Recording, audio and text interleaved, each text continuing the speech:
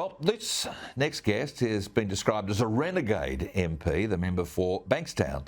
She left the New South Wales Labor Party last year in a Macquarie Street storm, blasting the party as having lost its way to the left-wing extremists and property developer mafia. Now, Tania Mihailuk has revealed her next steps. The current MP for Bankstown is certainly one of the most diverse seats in New South Wales, has announced just weeks out from the March election that she'll be running with Mark Latham on One Nation's upper house ticket. And in a statement yesterday, Mihailuk said of her former colleagues whom she knows well, Chris Minns as Premier and a Labor government will see New South Wales go woke and broke. Well, she's certainly not backwards in coming forwards. I'm pleased to say Tania Mihailuk joins me now. And well, Tania, welcome. A very blistering attack, I guess, on your former colleagues. Gutsy stuff, but, you know, you've only, until recent times, been part of this same Labor team. So tell us just what's going on. Why did you leave? Well, thanks, Gary. Look, it wasn't an easy decision. I was in the party for 27 years. But I've got to say, the party that I joined 27 years ago is not the party or the same party today. It is now a party that's completely controlled by the extreme left. I am absolutely concerned potentially in March that we could have Labor and the left controlling both chambers. And that's why part of the reason why I've decided to run or seek pre-selection with One Nation, and I hope that One Nation members will support me. But I'm hoping to be part of Mark Latham's team come March and really hold whoever is elected to account. You know, Tania, you and I come from different political backgrounds, but I really respect the move because this is actually about the people. It's not about the party and the process. You hope the parties are the right vehicles, but Western Sydney needs a lot of love and attention, not taking them for granted. That's my comment about Western Sydney. Yeah, I think One Nation right now is the only party that's actually prepared to go into bat for families and communities of southwest and Western Sydney who are absolutely desperate for common sense policies. I think they're very tired of this very left-wing agenda. Many of the communities out southwest Sydney are very, for example, highly observant with their particular faiths. In Bankstown, it's almost an 85% of people would recognise themselves as being religious. And yet this is a party, a Labor Party just simply makes a mockery of this. I was probably one of the very last and rare members of the Labor Party that was actually a person of faith. It was very, very difficult. I think I was ostracised as a shadow minister and as a caucus member because of that. And I think the Labor Party is just completely so far left now that they're incapable of representing the values and views of people out in southwest and Western Sydney. Look, I know the Bankstown area well, and I understand exactly your point. I mean, Chris Minns and your former colleagues, they're going to be coming hard for you. I mean, are your constituents going to back you in? You know, if they come hard at you, have you got people around you? Look, I've had a lot of support in recent months. I've had people coming into my elected office really disappointed with the way the Labor Party treated me. And they're generally they're disappointed with the Labor Party altogether. They can see that the party absolutely isn't paying any attention to southwest or Western Sydney. There have been no policies announced by Chris Minns or indeed by his front bench that are of any value or interest to people in southwest or Western Sydney. He completely is out of touch when it comes to understanding, I think, the vast majority of the views that are being espoused by people in Western Sydney. Like Mark and One Nation, I also believe in a robust education system that actually supports the fundamentals for young people and supports mums and dads and stops left-wing indoctrination. But that's not Labor Party policy at all. So you can see that the Labor Party is increasingly out of touch, I believe, with people in Western Sydney. Yeah, and I think values are really important, and obviously you're a person of values, as Mark Latham is. I mean, One Nation, I mean, what is it about the party which appealed to you? You see this as a vehicle to promote these sorts of things, and obviously you and Mark would be, working strongly together. Well, education's a good example. Also, I think One Nation and Mark's view on the natural resources industry. We've got a rich natural resources industry here in New South Wales that should be supported, be it coal and the forestry. But if it was up to the Labor Party, they will ban these industries. We know that they take their instruction when it comes to their energy policy from people that chain themselves to trees. That's what my biggest concern is about the Labor Party. I know some of these frontbench members of the Labor Party very well. I know their views. And it's not just, it's frightening what their views are when it comes to energy and electricity, but also legalising drugs, wanting to teach gender fluidity in schools.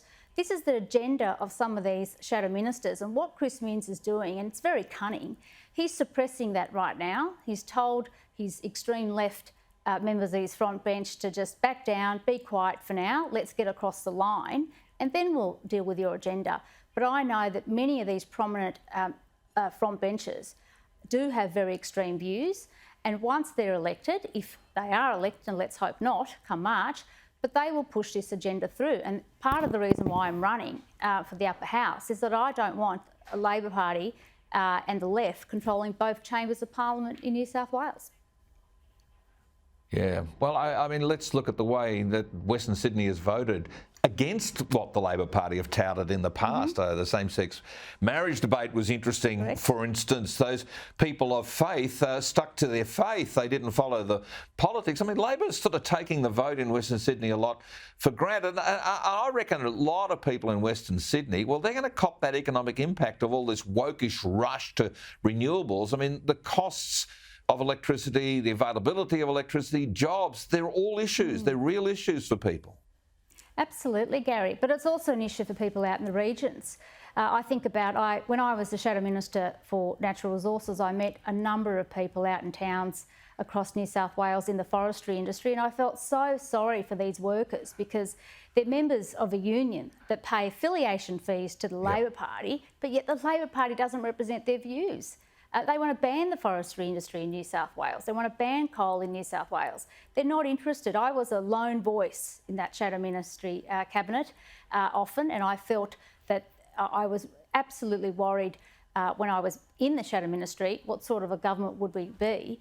And that's why I'm delighted that I've left the Labor Party. I could see no hope in the Labor Party. I don't think Labor is ready to govern in March. I think they've still got a lot to learn from their past mistakes, but at the same time, they haven't been honest with the public about their agenda. They're not honest about what some of their frontbenchers are really about. Yeah, well, Western Sydney, is a big part of Middle Australia. I mean, Di Lee, the member for Fowler, I think she proves a lot of quiet Australians in the cultural and linguistic communities. They're not happy with where things are going. This left agenda is frightening a lot of the immigrant groups in and around Australia. Absolutely, and that's where the work that Mark Latham and One Nation have done in pushing for reform in education is so important. We can see the academic levels are falling in the last 20 years. We can see that schools are not being given the support they need to ensure that the focus should be on literacy, numeracy, history and humanities, and on jobs, or ensuring that we can get these kids into jobs. So the problem there is that you've got an agenda there of a left-wing indoctrination that many of these Labor Party caucus members actually back. And that's what concerns me greatly. And I think come March, what I hope to see is, I'd love to see One Nation have the balance of power in the upper house, because I think that'll be the only way to stop New South Wales from going both woke and broke. So I think people are tired of the major parties, Gary, and I think particularly out in southwest and Western Sydney, people are tired of the Labor Party. Well, the Liberal Party have got some issues on the left as well. I mean, but absolutely. In the end, they do. which is somebody who's been involved in the Liberal Party since he was 14. So a long time ago. I get dismayed at. But I mean, ultimately, it's going to be a battle between Dominic Perrottet, who had the guts to actually say, let it rip, let's get the economy going again, and Chris Minns, who looks pretty smooth. I mean, ultimately, it's going to be better for New South Wales in that top job. Well, I just hope that people aren't hoodwinked by what Chris Minns and the Labor Party are doing right now, because they're keeping very quiet. They're suppressing their real agenda. He is deliberately telling some of his frontbenchers not to be transparent about what their real views are. And that's why I'm concerned. I do know that some of these frontbenchers want to see drugs being legalised in New South Wales. I know they want to see gender fluidity being taught in schools. And that's the sort of policies that I'll oppose, which is why I want to be, I hope to be selected as a One Nation candidate by the One Nation members and actually represent the real views of people of South West and Western Sydney and indeed New South Wales who are really desperate for common sense policies. Tania, are there others like you, either in the parliamentary or organisational parts of the Labor Party, who feel as aggrieved but haven't had the guts to do what you've done? Oh, look, I know of party members recently that have left. At least 50 or 60 have left from the Bankstown electorate alone. And they've left for a number of reasons, not just because I left, but also because they've been tired of the Labor Party for a very long time and they don't believe that they can relate to the views of the Labor Party anymore. But I'm not really sure if there's too many caucus members left that share my view. I am concerned that the party has taken a real shift to the left in New South Wales. And I think people out here, the voters out there, need to be concerned as well and really ask the questions, what do you stand for, Chris Minns, and what does your front bench stand for? Let's start seeing some honest views come forward, because we know that they have some very left-wing views that they're just simply suppressing for the time being. I'm delighted to be part of One Nation, Gary, and I think that One Nation under Mark's leadership, we're a united group with Rod as well, Rod Roberts.